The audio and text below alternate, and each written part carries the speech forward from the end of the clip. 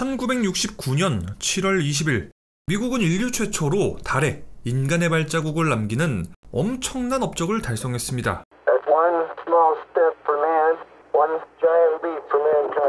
이때 소련도 달 착륙을 위해서 미국과 경쟁하고 있었지만 미국이 먼저 달에 착륙하는 바람에 소련은 달 착륙 경쟁에서 패배하고 말아요. 결국 소련은 다른 방법으로 명예회복을 노려야 됐습니다. 달 착륙! 괜찮다 스키. 우리는 화성으로 갈 거다 스키. 그런데 소련은 왜 하필 화성을 목표로 잡았을까? 먼저 화성은 지구하고 가까이 있고 지구와 비슷한 점도 정말 많았기 때문이에요. 화성은 지구처럼 암석형 행성에 화성의 하루는 24.6시간이에요. 지구의 24시간하고 거의 비슷하죠. 또 화성은 지구처럼 계절 변화도 있습니다. 그래서 과학자들은 이렇게 생각해 왔어요. 화성이 지구와 비슷하다면 혹시 화성에 생명체가 있는 거 아니야? 그렇게 화성은 외계 생명체가 존재할 수도 있는 후보지이자 우주경쟁의 새로운 격전지로 급부상하게 됐습니다. 사실 소련은 미국의 아폴로 계획 이전부터 화성 탐사 프로젝트를 진행하고 있었어요. 1962년 소련은 인류 최초의 화성 탐사선 마스 1호를 발사했습니다. 놀랍게도 이것은 미국이 달에 사람을 보내기도 7년 전의 일이었어요. 하지만 화성으로 가는 도중 안테나 방향 제어 시스템에 문제가 생기면서 1963년 3월 21일 지구에서 약 1억 670만 킬로미터 떨어진 지점에서 통신이 완전히 두절되고 말았습니다. 결국 임무는 실패했지만 그래도 인류 최초로 화성에 탐사선을 보냈다. 이런 상징성만큼은 소련이 확실히 가져갈 수 있었습니다. 이제 미국도 화성 경쟁에 뛰어듭니다. 당시 미국은 수성, 금성, 화성 같은 가까운 내행성에다가 탐사선을 보내는 메리너 계획을 진행하고 있었습니다. 1962년 메리너 2호는 인류 최초로 금성 플라이바이에 성공하면서 금성의 대기, 표면 온도까지 확인했어요. 이야, 이게 된다고? 이거 화성 탐사도 가능한 거 아니야? 자신감을 얻은 미국은 1964년 이번에는 화성을 향해서 메리너 3호를 보냈어요. 그런데 결과는 허무했어요. 탐사선을 덮고 있던 덮개가 제때 안 떨어지면서 태양전지가 펼쳐지지 못했고 전력 공급이 끊겨버리는 바람에 메리너 3호는 화성궤도 근처에도 가보지 못하고 그대로 실패로 끝났습니다. 메리너 3호의 실패로부터 약 3주 후 미국은 메리너 4호를 발사했어요. 메리너 4호는 성공적으로 화성 9,800km 상공까지 가서 인류 최초로 화성 사진 22장을 지구로 전송하는 데 성공했습니다. 이것은 정말 역사적인 순간이었습니다. 그러나 과학자들이 기대했던 화성의 생명체는 전혀 없었어요. 푸른 숲도 강물도 생명체 흔적도 전혀 없고 끝없는 황무지, 커다란 충돌구들 뿐이었습니다. 이 충격적인 모습에 과학자들은 크게 실망했고 사람들 사이에서 화성은 죽음의 행성이라는 별명까지 붙게 됐습니다. 1971년 11월 14일 미국의 메리너 9호가 화성궤도에 진입했습니다. 이것은 인류 최초로 화성궤도 진입에 성공한 케이스였어요. 궤도에 안착한 메리너 9호는 화성 관측을 준비하는데요. 문제가 생겼어요. 화성 전체를 집어삼킨 행성 규모의 초대형 먼지 폭풍이 불고 있었던 겁니다. 화성의 먼지 폭풍이 너무 심해요. 이거 아무것도 안 보이는데요. 그 순간 과학자들은 절망했어요. 왜냐하면 메리너 9호는 자동 프로그램대로 움직이고 있었기 때문이에요. 즉, 계획한 대로 화성에 도착했을 때 사진을 찍고 지구로 전송한다. 이 시퀀스를 멈출 수 없다는 뜻이었습니다. 메리너 9호는 계속 쓸모없는 데이터만 보내다가 끝날 운명이었던 거죠. 그런데 나사의 엔지니어들은 여기서 전례 없는 선택을 했습니다. 메리너 9호를 원격으로 재프로그래밍 합시다. 당시 메리너 9호에 탑재된 컴퓨터는 지금 우리가 쓰고 있는 전자식 계산기보다도 못한 수준이었어요. 게다가 통신 속도도 느리고 화성까지 신호가 왕복하는 데만 수십 분이 걸렸습니다. 하지만 그럼에도 불구하고 엔지니어들은 밤을 새워서 새로운 명령어를 전송했습니다. 자동 관측을 중단하고 대기 모드에 진입하고 일정 주기를 점검하고 폭풍이 끝나면 관측을 재개한다. 이런 식으로 명령어를 바꿨죠. 자, 이렇게 엔지니어들의 노력 끝에 메리너 9호는 업데이트에 성공했습니다. 그리고 몇 달 뒤 먼지가 걷히자 메리너 9호는 드디어 관측을 시작했습니다. 이때 아주 놀라운 광경이 촬영됐어요. 거대한 올림푸스산 길이 4,000km가 넘는 마리너 협곡, 침식과 퇴적의 흔적으로 화성에 물이 있었다는 증거도 발견됐죠. 또 메리너 9호는 화성 표면의 85%가량을 촬영해냈습니다. 정말 대단한 성과죠. 이 모든 것은 원격 소프트웨어 수정 덕분이었습니다. 이것은 단순한 기술적인 성공이 아니에요. 우주 탐사의 역사를 바꿔놓은 순간이었습니다. 그 뒤로 보이저, 카시니, 심지어 제임스 웹까지 우리 인류는 우주선을 원격으로 고치고 업그레이드할 수 있게 됐죠. 이것은 모두 메리너 9호가 남긴 교훈 덕분이었습니다. 미국의 메리너 9호와 거의 같은 시기, 소련은 마스 2호와 3호를 화성으로 발사했습니다. 사실 소련이 먼저 출발했는데 미국보다 늦게 도착했어요. 그래서 소련은 미국의 메리너 9호에 인류 최초 화성궤도 진입 타이틀을 뺏기고 말았죠. 소련의 마스 2호, 3호 둘 다 궤도선은 화성궤도에 안착했어요. 두 궤도선은 총 60장의 화성 사진을 찍었고요. 또 화성 관련해서 여러 가지 데이터를 확보했습니다. 마스 2호와 3호의 진가는 따로 있어요. 바로 화성에 착륙할 수 있는 착륙선이 있다는 거예요. 소련의 마스 2호, 3호는 화성 착륙을 시작합니다. 다만 착륙선은 운명이 엇갈렸습니다. 마스 2호는 감속장치 고장으로 그대로 추락했고, 마스 3호는 인류 최초 화성 연착륙에는 성공했지만 화성에 착륙한 지 20초 만에 통신이 끊겨버렸어요. 통신이 끊어진 원인은 여전히 미스터리입니다. 당시 화성 전체를 덮어버린 초대형 먼지 폭풍 때문일 수도 있고, 착륙의 충격이나 전원 시스템 이상 때문일 수도 있다는 가설도 있어요. 1970년대 초까지 미국과 소련의 화성 경쟁은 미국의 완성으로 끝났어요. 물론 소련이 인류 최초로 화성에 착륙도 하고 여러 가지 성과가 있긴 한데, 이것은 역사적인 타이틀이었을 뿐 과학적인 성과는 별로 없었죠. 반면에 미국은 화성 표면의 85% 이상을 촬영했고, 화성의 수많은 과학적인 연구 가치가 높은 곳들을 발견해냈습니다. 1976년 미국은 바이킹 1호와 2호를 화성으로 보냈습니다. 그리고 인류는 역사상 처음으로 화성에 안정적으로 착륙하는 데 성공했죠. 바이킹은 말 그대로 화성에 제대로 안착한 첫 탐사선이 되었습니다. 그런데 사실 나사는 착륙 지점을 고르느라고 진땀을 뺐다고 해요.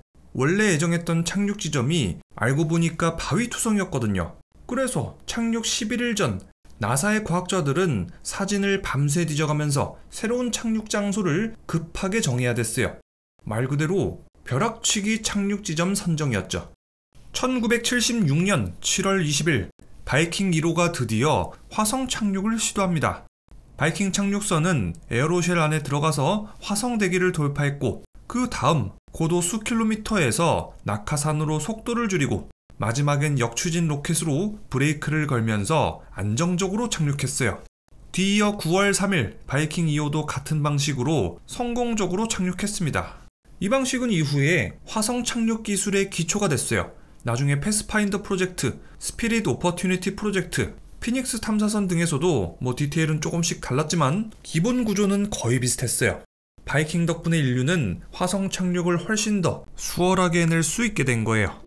착륙선은 곧바로 세계 최초의 화성 표면 사진을 컬러로 지구로 보내기 시작합니다. 그 모습은 장관이었어요. 붉은빛과 분홍빛이 섞인 하늘, 화성의 일출과 일몰, 바람에 모래가 흩날리는 장면들까지요.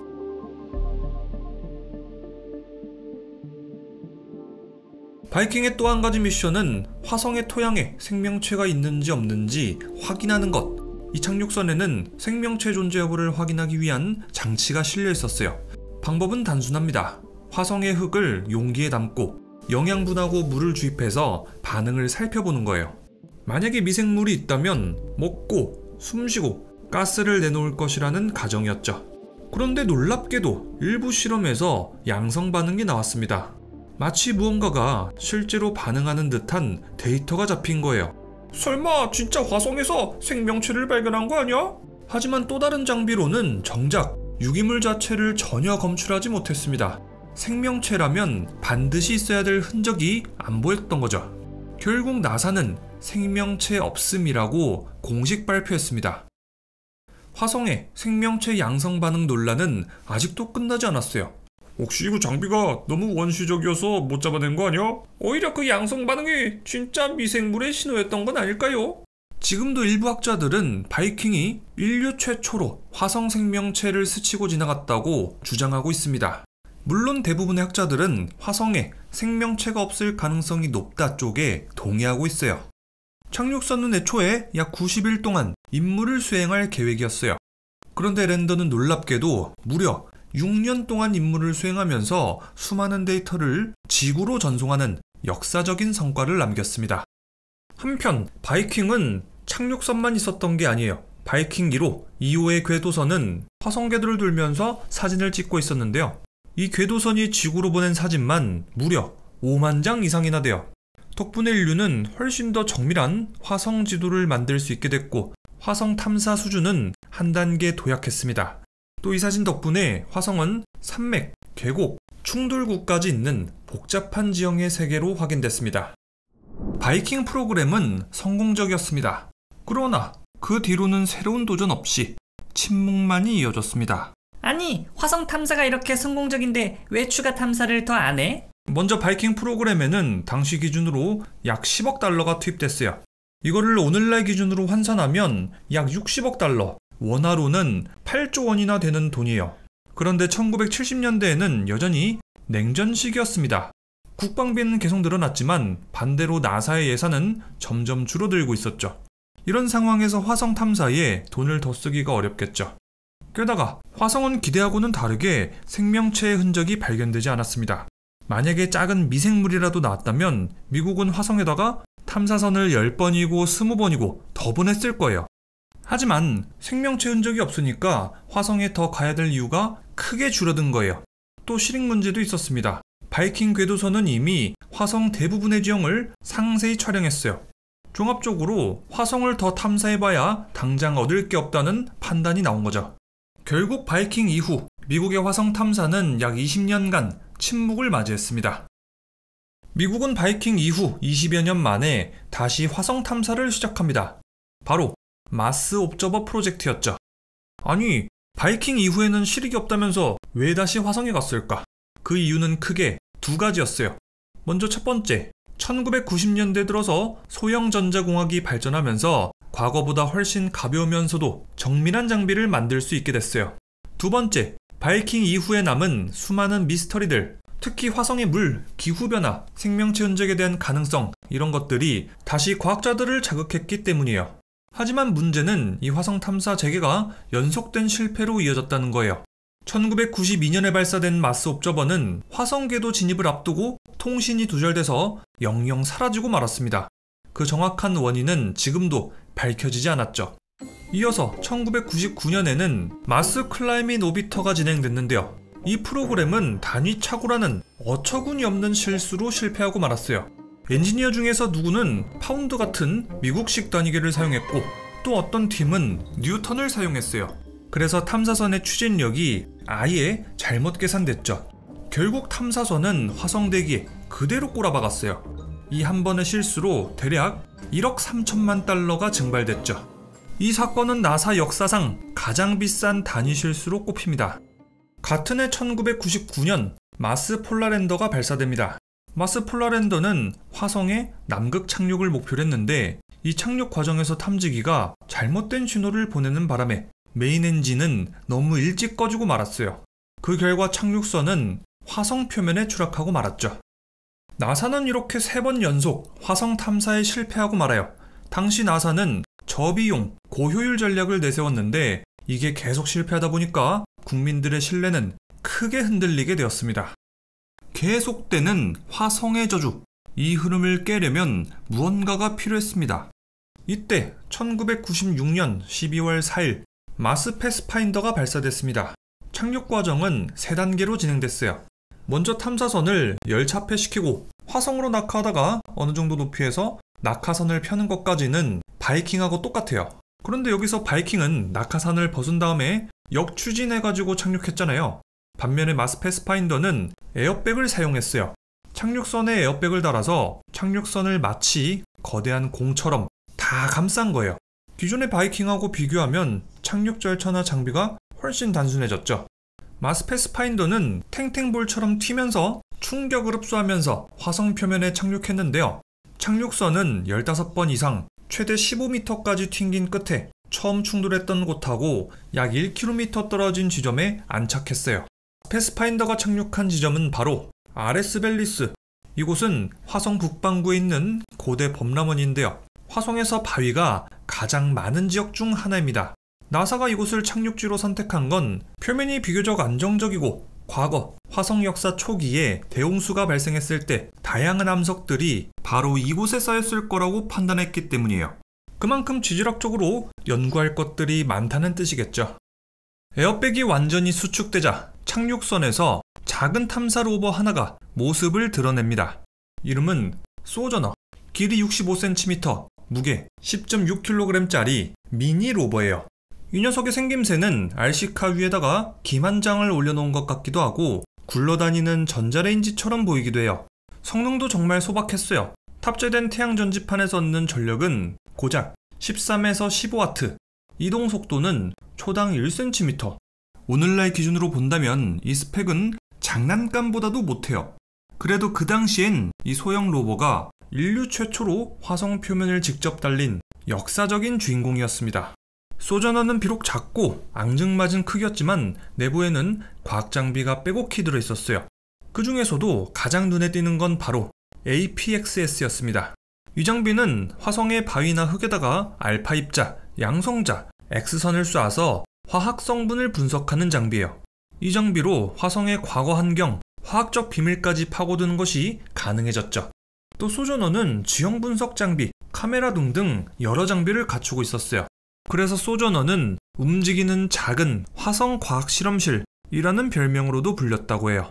소저너는 설계상 하루 최대 500m까지 움직일 수 있었어요.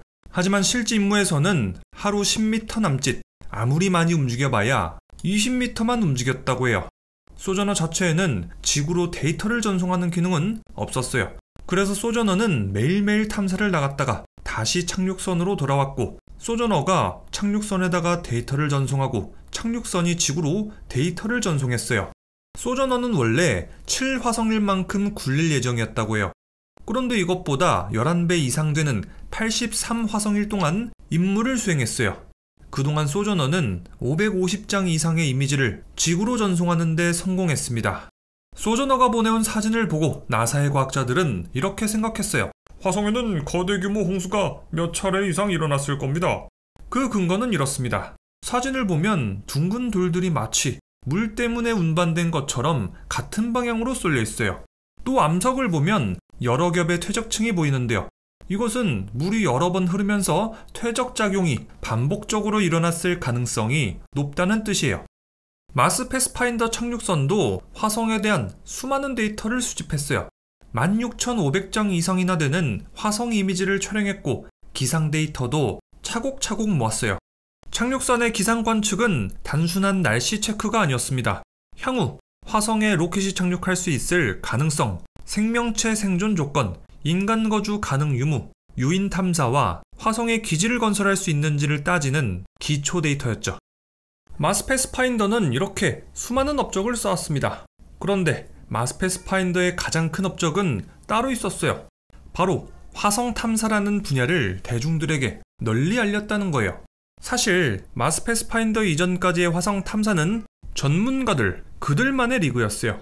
그래서 나사에서 뭔가를 발표하면 보통 사람들은 그냥 뭔가 대단한 걸 했나 보네, 이 정도로만 받아들였지, 구체적으로 화성에서 무슨 일이 벌어졌고 뭘 관측했는지 대중들은 잘 몰랐어요. 그런데 마스 패스파인더 이후로 이런 분위기가 완전히 바뀌었어요. 1997년 마스 패스파인더 착륙 성공 소식은 미국 독립기념일에 맞춰서 전 세계에 실시간으로 보도됐습니다. 나사는 화성에서 촬영한 실제 사진을 대중들에게 공개했고, 사람들은 사진을 보고 큰 충격을 받았어요. 화성의 붉은 먼지와 바위들, 소저너가 암석을 조사하는 장면, 화성의 붉은 하늘, 푸른 석양까지요. 또 소저너의 귀여운 외모도 대중들의 인기를 한껏 끌어올렸습니다. 나사의 과학자들도 이 정도로 대중들이 크게 반응할지 몰랐다고 해요. 자, 어쨌든 화성 탐사의 대중화 가능성을 제대로 캐치한 과학자들은 더 적극적으로 화성 탐사를 알렸어요. 나사는 사진과 탐사 보고서를 매일매일 홈페이지에 올렸고 전세계 수많은 사람들은 매일같이 나사 홈페이지를 찾았습니다. 오늘 소조너는 어떤 바이로가 쓸까? 오늘 화성의 날씨는 어떠지? 트래픽은 폭발적이었어요. 1997년 당시 단 한 달 동안 5억 회 이상의 방문, 하루 최대 8천만 명 이상의 방문자를 기록했어요. 화성 탐사는 처음으로 과학자들의 전유물이 아니라 전 세계 시민 모두가 함께 지켜보는 우주 이벤트가 되었습니다. 우리는 역사상 처음으로 지구 밖 다른 행성의 하루를 인터넷을 통해서 실시간으로 체험하게 됐습니다. 나사는 이번 사건을 계기로 본격적으로 대중과 더 적극 소통하는 우주 탐사 시대를 열었습니다. 나사는 다음으로 쌍둥이 로버 스피릿, 오퍼튜니티를 보냈어요. 이 로버의 이름은 공모전을 통해 결정됐는데요. 고아원에 살던 9살 소녀 소피 콜리스의 사연이 채택돼서 이름이 정해졌죠. 고아원에 살면서 올려다본 하늘은 춥고 어두웠어요. 그러다 저는 한 가정에 입양됐어요. 가족이 생긴 다음부터 밤하늘은 달라 보였어요. 밤하늘은 저에게 새로운 마음, 기회였어요. 2004년 1월 4일 스피릿이 화성의 거대한 분화구 구세프 분화구에 착륙합니다. 왜 하필 여기냐고요? 위성 사진을 보니까 마치 오래전에 강이 흘러들어간 흔적이 보였어요. 여기가 옛날에 호수 바닥이었던 거 아니야? 하는 생각이 딱 든 거죠. 그래서 스피릿의 임무는 간단합니다. 정말 이곳이 물이 흘렀던 곳인지 샅샅이 뒤지는 거죠. 하지만 화성은 그렇게 호락호락하지 않았습니다. 착륙한 지 겨우 2주 만에 스피릿이 갑자기 먹통이 돼서 멈춰버린 거예요. 연구팀은 진땀을 흘리면서 원인을 찾았는데 범인은 바로 플래시 메모리 오류. 이 오류 때문에 스피릿은 계속 재부팅만 반복하고 있었던 거예요. 결국 나사팀은 메모리를 싹 포맷하고 패치를 깔아서 겨우겨우 살려냈습니다. 이때 나사 내부에서는 완전히 환호성이었다고 해요. 그럴만도 하죠. 거의 죽어버린 녀석을 예토전생시킨 거나 다름없으니깐요. 다시 일어난 스피릿은 예정대로 화성을 돌아다니면서 사진도 찍고 흙도 파고 대기도 분석하면서 데이터를 보내기 시작했습니다. 그런데 과학자들이 기대했던 건 호수 퇴적층이었는데 보이는 건 전부 현무암 뿐이었습니다. 이거 완전 화산지대 아니야? 과학자들은 결국 이렇게 결론 내렸어요. 아주 오래전 화성은 광범위한 범위까지 화산 활동을 겪었다. 그러던 2007년 드라마틱한 순간이 찾아옵니다. 스피릿이 실리카 고농축지대를 발견한 거예요. 실리카는 보통 온천수나 화산 증기 같은 이런 수분들이 암석하고 만나야 생깁니다. 즉 옛날 화성 어딘가에는 물이 흘렀고 그 물이 화산과 반응했을 가능성이 크다는 것을 시사해요. 드디어 화성에서 직접적인 물의 흔적을 찾은 거예요. 쌍둥이 로버 오퍼튜니티는 2004년 1월 25일 메리디안이 평원에 착륙합니다. 이 지역은 궤도에서 적철석이 확인됐는데요. 지구에서 적철석은 보통 물하고 관련돼서 만들어지거든요. 그래서 과학자들이 여기라면 물의 흔적을 찾을 수 있겠어 하고 골라낸 거예요. 그런데 오퍼튜니티에도 위기가 닥칩니다. 바퀴가 모래 언덕에 쑥 빠져서 아예 꼼짝도 못하게 된 거예요. 게다가 이곳은 태양빛이 잘 안 닿는 곳이었어요. 배터리가 다 닳게 되면 그대로 사망 선고예요. 완전히 초비상 상황이었죠. 연구팀은 똑똑하게도 시뮬레이션을 돌려가면서 방법을 찾았습니다. 답은 바로 아주 조금씩 움직이기. 단숨에 빠져나오려고 하면 더 깊게 파묻히니까 진짜 몇 센티미터씩 조금씩 빼내는 전략을 세운 거예요. 그 결과는 무려 5주나 걸려서 탈출에 성공했어요. 야, 스피릿도 그렇고 오퍼튜니티도 그렇고 운도 꽤나 많이 따라줬고 연구팀의 끈기도 합쳐져서 살아남은 거예요. 모래지옥에서 빠져나온 오퍼튜니티, 드디어 본격적인 탐사에 들어갑니다. 착륙 직후 들어간 곳은 이글 크레이터라는 작은 분화구였어요.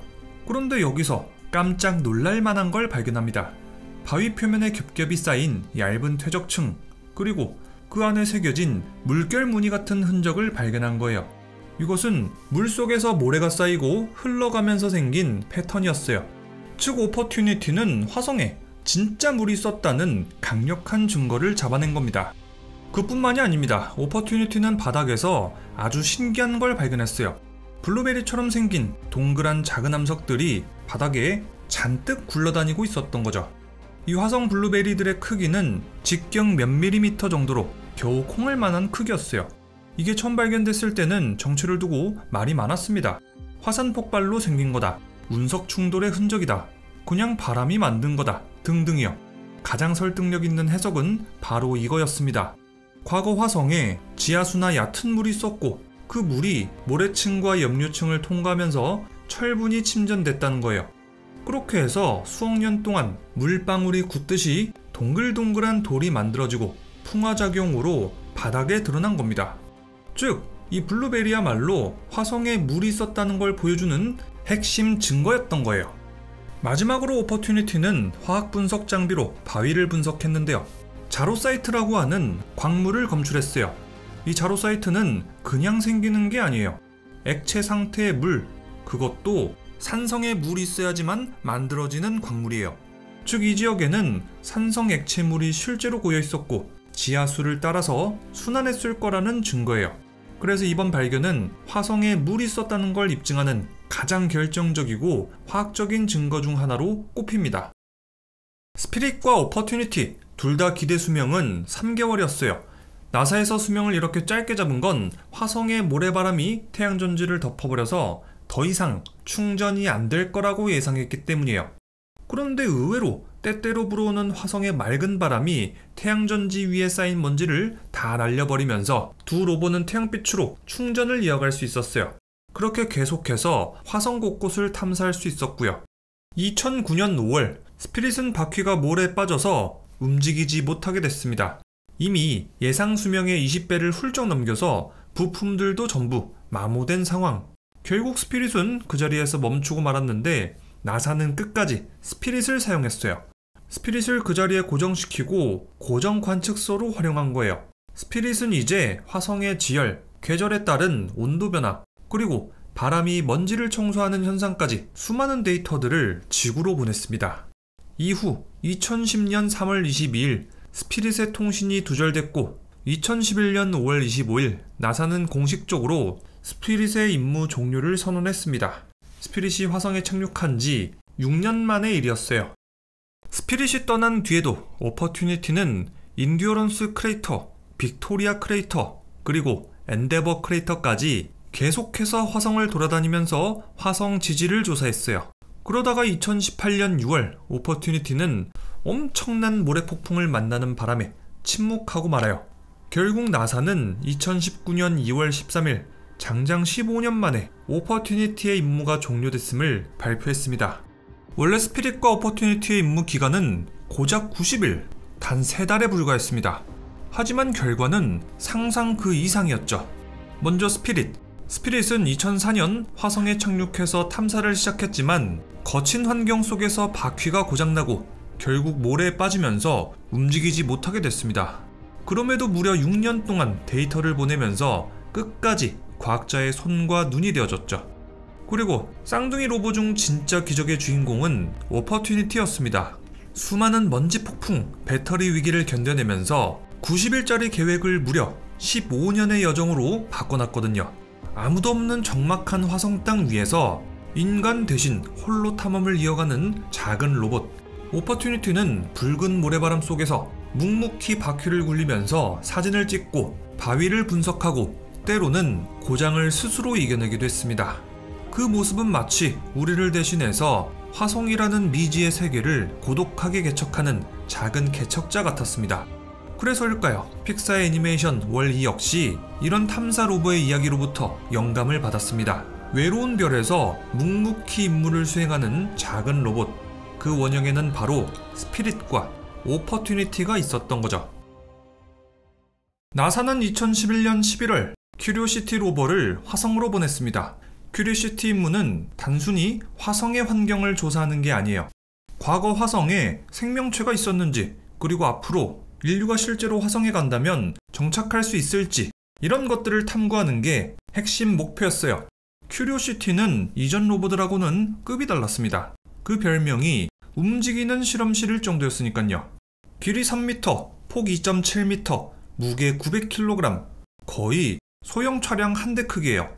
게다가 큐리오시티는 태양광 패널이 아니라 플루토늄을 이용한 작은 원자력 배터리, 일명 RTG로 움직였어요. 그래서 겨울이 오든 모래폭풍이 덮치든 전력 걱정 없이 탐사가 가능했습니다. 탑재 장비도 어마어마했습니다. 무려 17개의 카메라, 암석을 직접 깔아서 분석하는 장비, 기후 측정 장비, 방사선 측정 장비까지 굴러다니는 광연구소였어요. 하지만 이 로버는 너무 무겁고 장비도 워낙에 많아서 착륙이 까다로웠어요. 그래서 나온 게 바로 스카이 크레인이에요. 요즘 미국에서 드론 배송하는 영상 많이들 보셨죠?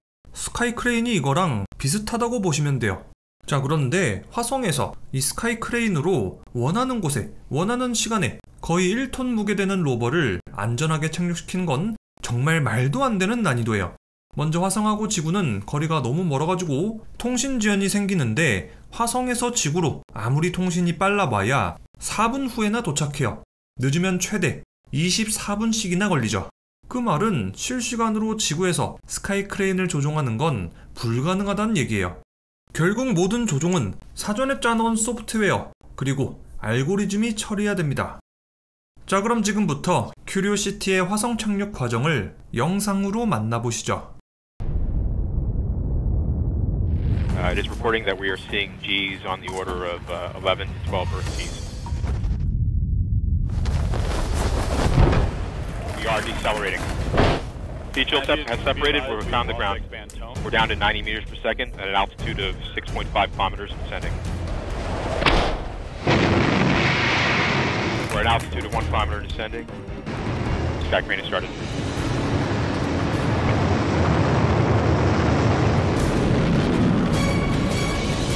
Touchdown confirmed. We're safe on Mars. 이날 큐리오시티의 착륙은 약 7분 정도 걸렸어요. 아까 설명했듯이 지구에선 조종이 불가능하기 때문에 나사의 과학자들은 이 모든 과정을 지켜보는 것 말고는 할 수 있는 게 없었어요. 그래서 나사는 이 시간을 7분의 공포라고 불렀다고 해요. 큐리오시티는 착륙 약 3주 뒤부터 본격적인 탐사를 시작했습니다. 큐리오시티는 게일 분화구 바닥을 따라 하루 최대 200m씩 이동하면서 목표였던 샤프산으로 조금씩 다가갔어요. 샤프산에는 퇴적층이 수십억 년 동안 쌓였기 때문에 아주 오래전 화성의 환경이나 생명체 존재 가능성을 탐사하기 딱 좋은 장소였어요. 말하자면 샤프산은 시간을 거슬러 오르는 지질 도서관이었던 겁니다. 큐리오시티는 이곳에서 엄청난 성과를 남겼어요. 먼저 암석 속에서 점토 광물을 발견했는데 이곳은 산성도가 낮고 비교적 안정적인 물이 오랫동안 존재했다는 증거였어요. 또 큐리오시티는 샘 장비를 통해서 화성의 암석 속에 유기물이 있다는 사실도 밝혀냈습니다. 이 유기물 자체가 곧 생명은 아니지만 생명을 이루는 재료가 있었다는 건 중요한 단서죠. 또 대기 중 메탄 농도가 계절에 따라 변한다는 사실도 확인했습니다. 메탄은 물론 지질 활동으로도 생기지만 생명 활동으로도 발생할 수 있어요. 아직도 그 기원은 미스터리지만 화성에 현재 생명 활동이 있을 가능성도 완전히 배제할 수는 없는 거예요. 이 밖에도 큐리오시티는 수십만 장의 고해상도 사진을 찍어 보냈습니다. 화성의 파노라마 풍경, 하늘과 구름, 붉은 석양까지 이 이미지들은 과학적으로도 대중적으로도 엄청난 임팩트를 남겼습니다. 나사는 트위터 계정으로 마치 로버가 자아를 가지고 우리한테 말을 직접 거는 듯한 글을 써서 사람들하고 소통했어요. 한 번은 큐리오시티가 어떤 셀카 사진을 올렸는데요. 이 사진을 본 사람들의 반응은 폭발적이었어요. 큐리오시티는 단순히 차가운 기계가 아니라 화성에서 외롭게 탐험하는 인류의 작은 대리인처럼 느껴졌기 때문이에요. 그래서 큐리오시티의 가장 대표적인 사진은 바로 이 셀카 사진이 됐어요. 큐리오시티는 1주년이 되던 날 아무도 없는 화성 땅에서 스스로 생일 축하 노래도 불렀어요.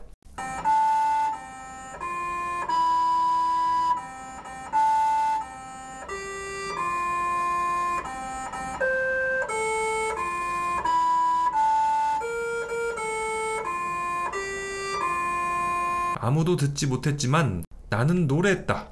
이 장면은 전 세계 사람들에게 큰 울림을 주었죠. 결국 큐리오시티는 수많은 과학 데이터보다도 큐리오시티의 얼굴로 더 널리 알려지게 됐습니다. 로버가 찍은 이 셀카 한 장이 사람들과 감정적으로 연결되는 상징이 된 거예요. 큐리오시티는 지금도 여전히 화성의 과거 비밀을 풀어내고 있습니다. 최근에는 약 30억 년 전 화성에 오아시스가 존재했을 흔적을 발견했어요. 또 건기와 습기가 여러 차례 반복된 흔적도 발견했어요. 생명활동하고 연관됐을 가능성이 높은 탄소 흔적도 발견했어요. 또 큐리오시티는 고대 호수의 존재를 가장 확실하게 보여주는 단서, 바로 물결 무늬 구조가 남은 암석을 찾아냈습니다. 이것은 화성에 실제로 거대한 호수가 있었다는 강력한 증거로 꼽힙니다. 또 최근 분석에서는 화성의 지반이 우리가 생각했던 것보다 훨씬 속이 비어있는 상태라는 결과도 나왔습니다. 즉 화성은 우리가 아는 것보다 더 복잡하고 미스터리한 행성이라는 거죠. 최근 큐리오시티는 바퀴에 금이 가고 일부 표면이 꿰지고 이렇게 세월의 흔적이 쌓였다고 해요. 하지만 여전히 과학 장비들도 잘 작동하고 지구하고 통신도 원활하고 잘 굴러가고 있다고 해요. 앞으로도 큐리오시티가 화성에 대한 신기한 데이터를 계속 보내줄 걸로 기대가 되겠죠. 나사가 가장 최근에 화성으로 보낸 탐사 로봇은 퍼서비어런스입니다. 퍼서비어런스는 큐리오시티를 기반으로 여러가지 최신 장비를 추가했고 내구성도 강화했어요. 덕분에 비용을 많이 아낄 수 있었다고 하죠. 퍼서비어런스는 2021년 2월 18일 화성에 착륙했습니다. 착륙 방식은 큐리오시티하고 동일했어요. 그런데 여기에다가 한 가지 기술이 추가됐어요. 바로 TRN입니다. TRN은 사전에 준비해둔 내비 지도랑 현재 착륙하고 있는 지형을 실시간으로 비교해서 위험 지형을 피하면서 원하는 곳에 정확하게 착지하는 기술이에요. 퍼서비어런스가 착륙한 장소는 지름 45km의 예제로 크레이터. 이곳은 수십억 년 전 거대한 호수가 있었던 흔적이 남아있어요. 크레이터 가장자리에 강이 흘러들어왔던 흔적이 그대로 남아있고 그 강이 만든 삼각주 지형이 선명하게 펼쳐져 있었어요. 위성 사진으로 보면 물이 고였다가 흘러나간 듯한 퇴적층 무늬까지 뚜렷하게 보였죠. 즉 이곳에는 한때 물이 있었다는 강력한 증거들이 쌓여 있는 겁니다. 자, 그런데 여러분, 물이 있었다는 건 어떤 뜻일까요? 이 물이라는 건 생명체가 존재했을 가능성이 상당히 높다는 걸 의미해요. 왜냐하면 물은 우리가 알고 있는 거의 모든 생명체가 살아가기 위해서는 반드시 필요한 조건이니까요. 자, 그래서 나사는 현재로서는 물이 말라버린 아주 황량한 땅이지만 과거에는 물이 있었던 흔적이 분명한 곳, 바로 예제로 크레이터를 착륙지로 선택한 거예요. 이곳이야말로 고대 생명의 단서를 찾기 위한 최고의 실험실이니까요. 만약에 여기에 생명체가 있었다면 퇴적물이 쌓인 곳에서 유기분자나 미생물의 흔적을 발견할 수도 있겠죠. 퍼서비어런스는 본격적으로 예제로 크레이터에 대한 지형 조사를 시작합니다. 그런데 의외의 사실이 발견됩니다. 예제로 크레이터에서 마그마가 굳어서 만들어진 화성암이 발견된 거예요. 과학자들은 당황스러웠습니다. 에헤이, 조졌네 이거! 여기 물이 흐른 줄 알고 퍼서비어런스를 보냈더니 물이 아니라 용암이 흘렀던 거야? 과학자들은 절망했어요. 그런데 정말 다행스럽게도 예제로 분화구 서쪽에 코디악이라는 돌출부, 여기를 분석해봤더니 물과 부딪히고 섞인 흔적들이 발견됐습니다. 또 이곳 주변에는 엄청나게 큰 바위들이 여럿 박혀 있었어요. 어떻게 이렇게 무거운 바위들이 여기까지 왔을까? 이 바위들은 분명히 대홍수 때 떠밀려온 녀석들일 거야. 과학자들은 화성의 강이 갑자기 엄청난 홍수를 일으켜서 무거운 바위들이 와르르 이곳까지 와서 박힌 거라고 봤습니다. 그 뒤로는 호수가 점점 말라갔고 수십억 년이 지나 지금 우리가 보고 있는 예제로 크레이터의 풍경이 완성된 거죠. 퍼서비어런스는 구슬 아이스크림 모양의 이상한 돌을 찾아냈습니다. 이곳은 물이 암석에 스며들면서 광물이 뭉쳐지면서 만들어졌을 가능성이 가장 커요. 즉, 화성에 물이 있었다는 강력한 단서인 거예요. 다만 100% 확정은 아닙니다. 화산활동이나 다른 지질학적 과정으로도 생겼을 수 있거든요. 2024년 3월 18일 퍼서비어런스는 화성 전체를 고르게 덮은 녹색 오로라를 발견했어요. 원래 오로라는 우주에서 온 고에너지 입자가 상층 대기에 비처럼 내릴 때 발생하죠. 지구에서는 이 입자가 지구의 자기장 때문에 극지방으로 이동하기 때문에 극지방에서 오로라가 자주 관측되는 거고요. 반면에 화성은 행성 전체를 감싸는 강력한 자기장은 사라졌고 지역적으로만 약한 자기장이 남아있어요. 오로라가 화성 전체에서 보이는 이유도 강력한 전행성 자기장이 없기 때문에 입자가 특정 극지방에 갇히지 않고 어디든 충돌할 수 있기 때문이에요. 덕분에 우린 이렇게 화성의 아름다운 오로라를 감상할 수 있는 거고요. 퍼서비어런스에는 몫이라는 실험장치가 실려 있는데요. 이 장비로 화성의 대기에서 시간당 10에서 12g의 산소를 뽑아내는데 성공했습니다. 임무기간 동안 만들어낸 산소는 총 122g 정도. 사람이 하루 동안 숨 쉬려면 약 800g 정도의 산소가 필요해요. 그러니까 몫이가 만든 양은 어른 한 명이 약 4시간 동안 숨 쉴 수 있는 양이에요. 물론 아직 양은 적지만 이런 기술이 계속 발전한다면 머지않아 화성 테라포밍이나 인류의 화성 정착에 큰 발판이 될 수 있을 겁니다. 퍼서비어런스는 지금까지 30개가 넘는 샘플 튜브를 채워서 꼼꼼히 봉인해놨어요. 이 샘플들은 차세대 화성 탐사선이 회수해서 지구로 가져올 예정이라고 해요. 이때가 온다면 인류 최초로 화성의 흙을 지구로 가져오는 날이 될 겁니다. 퍼서비어런스 하부에는 화성 탐사용 드론 인제니어티가 달려있어요. 말하자면 일종의 팔콘의 레드윙 같은 거죠. 인제니어티는 인류 역사상 처음으로 지구 밖 행성에서 동력 비행에 나선 기체가 됐어요. 이게 그냥 보면은 작은 드론이나 헬기처럼 보이는데 막상 이걸 화성에서 운용하려면 엄청난 기술이 필요하다고 해요. 왜냐? 화성의 대기는 지구보다 100배나 희박하거든요. 그러니까 날개를 아무리 돌려봐도 날 수가 없는 거예요. 양력이 안 나오니까요. 그래서 이걸 해결하려면 어떻게 해야 될까? 첫 번째, 무게를 줄인다. 두 번째, 날개를 겁나 빨리 회전시킨다. 그래서 나사의 과학자들은 인제니어티의 무게를 1.8kg으로 극단적으로 줄였고 날개는 분당 2400번 회전시키고 위아래로 설치된 두 개의 날개가 서로 반대 방향으로 돌면서 양력을 최대한 끌어올리도록 했어요. 또 이 녀석은 퍼서비어런스 안에 실어야 되기 때문에 크기를 최대한 줄여야 됐어요. 그렇게 인제니어티의 크기는 겨우 티슈박스 하나 수준밖에 안 돼요. 이 녀석이 화성에서 날아다니려면 나침반이 필요하겠죠. 하지만 화성은 자기장이 너무 약하기 때문에 나침반 사용이 어려워요. 그래서 인제니어티는 컴퓨터 비전, 관성 센서로 스스로 방향을 잡고 날 수 있도록 설계했어요. 퍼서비어런스가 착륙한 지 2달 뒤 2021년 4월 19일 인제니어티는 첫 비행을 시도했는데요. 인제니어티는 약 39초 동안 3m가량을 상승했다가 착륙하는 데 성공했어요. 첫 번째 시도 만에 비행에 성공한 거예요. 인제니어티는 외계 행성에서 비행 물체를 띄운 첫 번째 사례로 기록됐고 비행에 성공한 장소는 라이트 형제 필드라는 이름이 붙었습니다. 이후 인제니어티는 72번의 비행을 수행했어요. 예상 수명 5번 비행을 14배 이상이나 뛰어넘는 큰 성공이었죠. 이후 인제니어티와 퍼서비어런스는 서로 사진을 찍어주면서 미션을 수행했습니다. 인제니어티는 총 128분의 비행, 17km 이동이라는 대단한 업적을 달성했어요. 하지만 지금은 로터 블레이드가 손상돼서 비행 불가 상태가 됐어요. 지금 인제니어티는 기체는 똑바로 서 있지만 통신은 가능한 상태에서 임무 종료가 공식화된 상태입니다. 미국 현지 시각으로 2025년 9월 10일 나사가 정말 흥미로운 소식을 발표했어요. 화성 탐사 로버를 화성으로 보내서 화성의 암석을 채취한 다음에 이 암석을 조사를 해봤더니 아주 오래전 화성에 생명체가 살았을지도 모른다는 정말 강력한 징후를 찾았다고 해요. 나사는 이 사실을 거의 1년 동안 분석해왔고 동료 평가까지 거쳐서 얼마 전에 9월 10일 네이처 논문까지 동시에 공개했습니다. 2024년 7월 퍼서비어런스는 네레트바벨리스라는 말라버린 강바닥에서 아주 특이한 암석을 발견했어요. 이 돌에는 체아바 폭포라는 이름이 붙었는데 이 암석은 그냥 보통 돌이 아니에요. 학명으로는 머드스톤, 이암이라고 불려요. 쉽게 말하자면은 점토나 미사토 같은 아주 작은 알갱이들이 굳어서 만들어진 돌이에요. 지구에서도 이런 퇴적암은 과거 미생물의 흔적을 잘 보존하는 것으로 알려져 있습니다. 자, 그리고 한 가지 더 흥미로운 건 이 돌 표면에 있는 무늬예요. 과학자들은 이 무늬를 표범반점, 양귀비씨라고 부르는데요. 이렇게 작은 점무늬들이 흩어져 있습니다.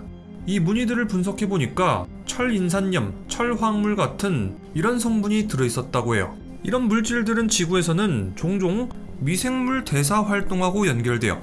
남극의 몇몇 호수에는 산소가 거의 없는 구역이 있어요. 바로 이곳에서 황산염 환원 미생물들이 발견됐다고 해요.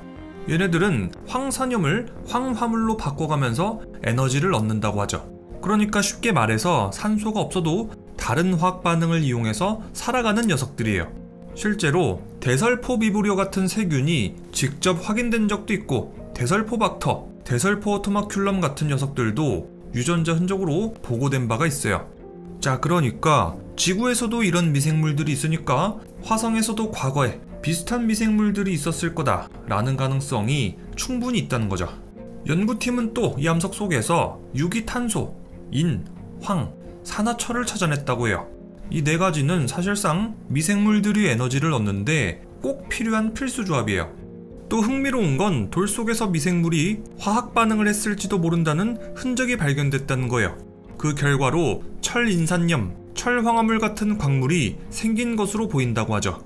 또 암석에서 비비아나이트, 그라이사이트 같은 광물들도 발견됐다고 해요. 지구에서 이런 광물들은 보통 미생물들이 진흙과 상호작용할 때 자주 생기는 것들이에요. 이 연구 결과는 2025년 9월 네이처에 실렸습니다. 과학자들은 현재 이 무늬들이 정말 생명의 흔적인지 아니면 단순히 지질학적, 화학적 과정으로도 나타날 수 있는 현상인지 면밀하게 검토 중입니다. 그런데 아직까지는 비생물학적 경로만으로 이런 무늬가 만들어질 수 있다는 뚜렷한 설명을 찾지 못했다고 해요. 그래서 지금 단계에서 내려진 결론은 포텐셜 바이오 시그니처, 즉 잠재적인 생명체 징후로 평가받고 있습니다. 퍼서비어런스가 채취한 이번 화성 암석 샘플은 지금까지 발견한 것들 중에서 가장 유력한 생명 흔적 후보로 평가받고 있어요. 이유는 간단합니다. 물, 유기물, 에너지원, 이렇게 생명에 꼭 필요한 세 가지가 한 지점에서 한꺼번에 발견됐고, 여기에다가 미생물 대사하고 비슷한 화학 반응까지 잡혔기 때문이에요. 다만 아직까지는 가능성일 뿐 화성에 생명이 있었다고 단정할 수는 없습니다. 로버 장비로는 지구의 실험실만큼은 정밀하게 볼 수가 없어서 이 시료를 지구로 가져와서 더 세밀하게 분석해야지만 최종 결론을 낼 수 있죠. 나사는 유럽 우주국과 함께 화성의 암석 샘플을 가져오겠다는 프로젝트를 진행 중이었어요. 원래 계획은 약 53억 달러의 예산을 들여서 2030년대 초까지 진행하겠다는 계획이었죠. 그런데 예산은 110억 달러로 거의 2배가 늘었고, 일정은 2040년대, 늦으면 2040년 후반까지도 미뤄질 수 있다고 해요. 또 게다가 얼마 전에 미국은 나사의 광 예산 47%를 삭감했어요. 나사는 최대 41개 임무가 종료되거나 취소될 수도 있다고 하죠. 상황이 그만큼 더 타이트해진 거예요. 또 퍼서비어런스 미션에 대한 운영비도 23% 삭감될 수도 있다고 하죠. 만약에 이게 진짜 현실이 된다면 시료 반환 일정, 퍼서비어런스 미션까지 완전 직격탄이에요. 사실 화성 샘플을 지구로 가져오는 계획, 이게 장난이 아니에요. 왜 이렇게 비싸고 복잡한지 단계만 봐도 바로 이해될 거예요. 첫 번째, 착륙선 보내기. 먼저 지구에서 샘플 수거 착륙선을 화성으로 날려보내요. 여기에는 샘플 회수 로봇 8이나 소형 로버, 그리고 나중에 쏴 올릴 작은 로켓이 실려 있어요. 두 번째, 퍼서비어런스 근처에 착륙. 퍼서비어런스가 시료를 전달할 수 있게 거의 바로 옆에 정확하게 내려와야 돼요. 조금만 빗나가거나 착륙에 실패하면 안 되기 때문에 착륙 정밀도가 핵심이에요. 안 그러면은 모든 미션이 끝나버리는 거예요. 세 번째는 샘플 적재예요. 퍼서비어런스가 모든 샘플들을 착륙선의 시스템에 받아서 안전하게 포장하고 로켓에 싣습니다. 네 번째, 화성에서 로켓 발사. 이게 진짜 하이라이트예요. 화성 표면에서 작은 로켓을 쏘아 올려서 샘플을 화성 궤도로 보냅니다. 참고로 다른 행성에서 로켓을 쏜다는 건 인류 역사상 단 한 번도 시도해본 적 없는 초고난이도 미션이에요. 다섯 번째, 궤도에서 만나기. 화성 궤도를 들고 있는 귀한 궤도선이 있어요. 이 귀한 궤도선이랑 샘플 캡슐하고 만나서 우주에서 만나서 도킹해야 돼요. 게다가 이 과정을 자동으로 엄청 멀리서 통신 지연까지 감안해서 진행해야 돼요. 쉽지 않죠? 마지막으로 궤도선이 샘플을 싣고 지구로 돌아와서 캡슐을 내려보내는 거예요. 그렇게 지구에서는 지상에서 이 샘플을 회수하겠죠. 자, 어때요? 과정도 진짜 많고 단 한 번이라도 삐끗한다면 이 미션 전체가 완전히 무너지는 거라서 비쌀 수밖에 없어요. 그런데 만약에 이 샘플 회수 미션이 성공한다면 아주 먼 과거의 화성에 생명이 있었나? 라는 질문에 답할 수 있는 가장 확실한 방법이 되는 거예요. 나사는 그동안 생명체의 흔적을 발견했습니다 라고 발표했다가 생명체 아닌 듯? 죄송? 이렇게 번복된 사례가 여러 번 있었어요. 먼저 1976년 바이킹 탐사선이 화성의 토양에서 생명의 징후로 보이는 대사 활동을 포착했어요. 하지만 이후 퍼클로레이트 같은 화합물 때문일 가능성이 제기되면서 생명체의 증거로는 인정받지 못했습니다. 1996년에는 화성에서 떨어져 나온 운석 ALH-84001에서 화성 생명체의 흔적을 찾았다는 논문이 올라왔어요. 당시 미국의 대통령 빌 클린턴도 공식 석상에서 이 운석을 거론하면서 더 유명해졌죠. 하지만 지금은 이 흔적들이 비생물학적 과정으로 설명되고 있습니다. 2015년에는 화성에서 물이 흘렀다가 마른 흔적과 함께 염수의 흔적을 찾았다고 해요. 이때 마찬가지로 생명체 존재 가능성이 있다 라고 발표했지만 나중에 알고 보니까 건조한 모래가 흘렀던 흔적이었습니다. 자, 이것뿐만이 아니라 생명의 흔적을 찾았다고 설레발 쳤다가 알고 보니 아니었던 사례가 정말 너무 많아요. 아마 이번에 발견된 화성 암석 샘플도 알고 보니까 생명체의 징후가 아닐지도 모르겠어요. 하지만 그렇다고 해서 우리는 지구 밖 생명체의 탐사를 멈출 수 없습니다. 우주에서 생명은 지구에만 존재하는가? 이 질문에 답하는 건 인류에게 너무나도 중요한 과제니까요. 자, 이렇게 해서 인류의 화성 탐사 역사를 쭉 알아봤습니다. 어때요? 화성 탐사는 실패도 많고 우여곡절도 진짜 많았죠? 이 과정 하나하나가 쌓여서 우리는 이제 화성이 단순히 붉은 점이 아니라 물이 흐르고 생명이 있었을지도 모르는 행성이라는 걸 알게 됐습니다. 아직은 로보가 우리 인간을 대신해서 화성 땅을 탐사하고 있지만 언젠가는 진짜 사람이 화성 땅에 첫 발을 내딛게 될 날이 올 거예요. 그때 우리는 소저너, 오퍼튜니티, 퍼서비어런스가 다 그 길을 열어줬구나 하고 느끼게 될 겁니다. 이 모든 화성 탐사의 역사는 결국 인류가 다행성 종족이 되기 위한 초석이 되는 겁니다. 자, 그럼 아주 오랜만에 영화 마션 리뷰였고요. 저는 리뷰형이었습니다.